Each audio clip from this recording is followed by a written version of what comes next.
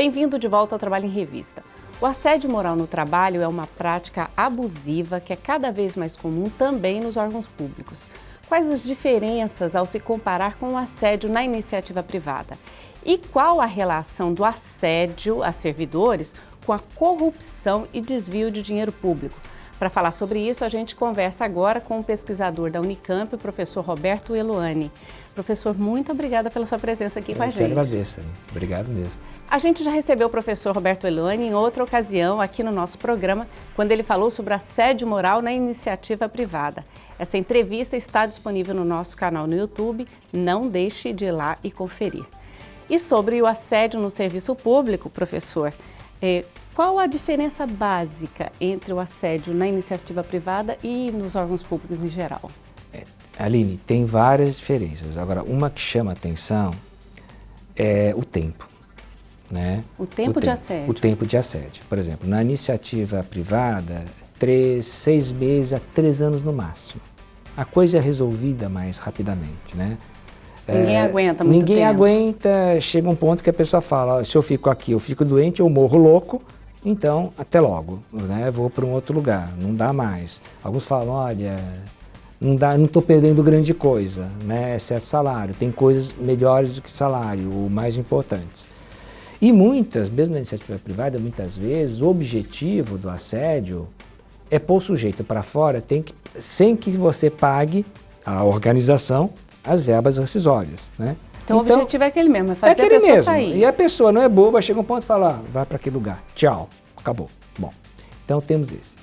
No serviço público a coisa é um pouco diferente, né? O conceito de carreira, o que é? Carreira é um conceito muito próximo à iniciativa pública, qual seja, ao funcionário público. A estabilidade. A estabilidade, né? Então, a pessoa fez uma carreira. O que é carreira, né? Que vem do latim. Carreira é um caminho a ser traçado. Então, se a pessoa está numa organização pública ou mesmo uma autarquia, e quanto mais pública e estatal, você tem mais estabilidade, mas você também tem mais concursos, enfim, você tem uma projeção para o futuro. Você romper esse vínculo, que é um vínculo institucional, jurídico e afetivo, não é fácil para ninguém. Então você imagina uma pessoa com 20 anos, numa determinada carreira, que já fez um concurso para entrar, outro para se efetivar, vários concursos internos, e que de repente ela é cercada por uma série de atitudes abusivas, humilhantes, degradantes. Não é fácil. A vontade que ela tem é ir embora. Por outro lado, ela começa a pensar em si e principalmente em quem? Família.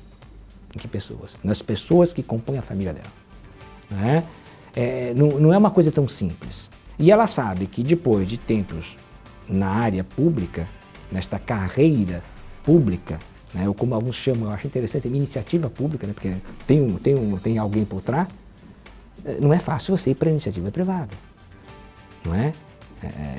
Tem uma série de questões. Também você não é tão jovem para novamente prestar um concurso, se efetivar, enfim, tem então a questão da aposentadoria. Submete. Ela se submete. E é por isso que nós já tivemos casos, né? Margarida e eu, nós já analisamos casos com 6 anos, teve um com 8 anos. É uma tortura. É literalmente um psicoterror, como diria o Lehmann, né? É uma tortura psicológica em cima de uma pessoa e ela resiste, tentando não perder aquilo que ela obteve durante tantos anos.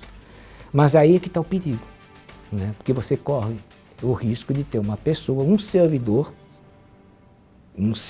público, que está na área de saúde, está na área da educação, está na área da justiça, está julgando, doente. Que está totalmente doente, que está totalmente destrambelhado muitas vezes, tá? Com um transtorno mental grave e com somatizações terríveis. Então você tem pessoas afastadas, em frangalhos, tá? E que até então estavam o quê? Trabalhando.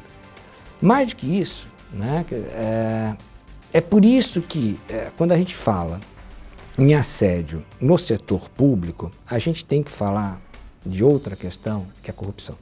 Exatamente. Essa era uma questão eu muito até fiz importante. Assim, quando a gente... Eu fiz assim ali porque é algo difícil de falar, mas a gente tem que falar. A corrupção está nas manchetes dos nossos jornais, está aí na nossa vida. E o senhor estuda o assédio no serviço público como uma forma de abrir caminho para a corrupção. Queria que o senhor explicasse isso para quem está assistindo. O que tem a ver assédio e corrupção? Eu acho que você pegou bem, trouxe essa questão, Aline, e ela é obrigatória, né? Por quê? As pessoas falam, e eu acho que tem que falar mesmo, quer dizer, o Brasil não pode ser uma terra de ninguém, onde a corrupção campeia, enfim, não dá mais para a gente continuar assim. Fala-se, critica-se, né? Causa indignação, que é positivo, é sinal que as pessoas não acham que a corrupção é normal, isso, graças a Deus, né? Então temos isso, acho que é altamente positivo, mas as pessoas não relacionam essa questão com assédio. E tem uma vinculação forte. Em muitos casos, na área pública, também na privada, tem também corrupção, malandragem na área privada, mas na área pública isso é muito forte. Muitas vezes uma pessoa é assediada porque é um bom funcionário. Muitas vezes uma pessoa é assediada pela simples razão que ela não acha natural se apropriar de dinheiro público. Porque ela não quis participar do esquema. Não quis participar. E se negando, né? Veja bem, às vezes ela não está nem ameaçando, não é que ela esteja ameaçando denunciar. Ela fala, olha, não me metam nisso. Mas ela percebe que não tem poder nenhum. Ela não tem poder nenhum para mexer naquilo. Como se você está lidando, como se fala na gíria, né? Com peixes grandes. Eu não tenho condições, né? Mas ela simplesmente está pedindo para me deixe de fora. A minha consciência, a minha ética, a minha moral não permite. Mesmo assim, ela é assediada de forma brutal.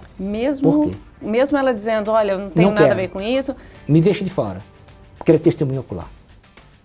E mais do que isso, ela ficando lá, ela se torna uma persona não grata, no sentido de que ela atrapalha os negócios. Então você tem que pôr a pessoa para fora para colocar alguém, entre aspas, da confiança no grupo. Nós tivemos, eu me lembro, Margarida, no nosso site, a Margarida recebeu a primeira carta que nós recebemos, o nosso site tem 20 anos, que nós recebemos era do magistrado. Primeira carta? O magistrado, coincidentemente era o magistrado. Um sujeito indignado, sofrendo, um sofrimento exposto, querendo desabafar, né? E por que daquele assédio? Um assédio misto, né? Começou por cima, passou pelos funcionários, enfim, coisa meio de mafioso mesmo, um assédio pesado. Um magistrado que já estava na carreira até avançado. E qual o grande crime desse magistrado? Ele não era corrupto. Ele não entrava em esquemas de venda de sentença, outras coisinhas que hoje a gente se fala. Ele simplesmente só isso. Ele não participava de um crime organizado dentro do Estado. Não quero. Começou a ser boicotado, começou a ser cercado, literalmente, começou a, mais do que isso, a ser desrespeitado, porque era a forma de fazer com que ele ou pede transferência, ou se aposenta precocemente, ou faz alguma coisa na vida. Ele não poderia ficar lá, porque a sua presença atrapalhava a corrupção. Isso a gente tem que ter em mente. Quer dizer, quando você permite a prática do assédio moral, você não está apenas permitindo que um ser humano seja torturado psicologicamente, mais do que isso. Você está permitindo que a corrupção, tal como um polvo, vá se instalando, vá criando raízes e vai eliminando, sufocando, tal como uma erva daninha, aquelas pessoas que, por terem princípio, não participam de um esquema criminoso. Professor, para a gente encerrar, o senhor citou aí um site. Que site que é esse? O que ele faz? As pessoas têm acesso? Tem, o site é o www.assediamoral.org, é um site que não cobra nada, não recebemos nada de ninguém, nem de empresa, nem de governo, até para a gente poder colocar o que a gente pensa que é correto, tá? E é um site de pesquisa e que a gente tenta passar mensagens que a gente acha importantes para a população, até para desmistificar um pouquinho esse tema e para as pessoas acharem, terem consciência de que assédio moral não é natural, que assédio moral não é uma coisa que deve ser vista como do nosso cotidiano, que as pessoas têm o direito de trabalharem de forma digna e de serem respeitadas. Essa é uma questão constitucional, está nos primeiros artigos da Constituição. Não é a favor de nenhuma empresa, não é a favor do Estado, não é a favor de ninguém. Dignidade é elemento constitucional e, portanto, todos nós temos o direito de termos o nosso corpo e a nossa pessoa respeitada no ambiente de trabalho. Não é favor. Professor Roberto Eluani, pesquisador da Unicamp, pioneiro nesse estudo do assédio moral, muito obrigada pela sua participação aqui com a gente. Eu te agradeço, Aline. Agradeço mesmo, viu? Sério. Obrigado. Venha mais vezes. Tá bom. E assim o nosso programa termina esta semana, mas você pode revê-lo a qualquer momento, lá na nossa página no TRT na internet, o link vídeos, ou no YouTube, no endereço que está aí na sua tela. Aproveite para curtir o Facebook, o Twitter, o Instagram do Tribunal e ficar por dentro das notícias da Justiça do Trabalho em Mato Grosso. Obrigada e até o próximo programa.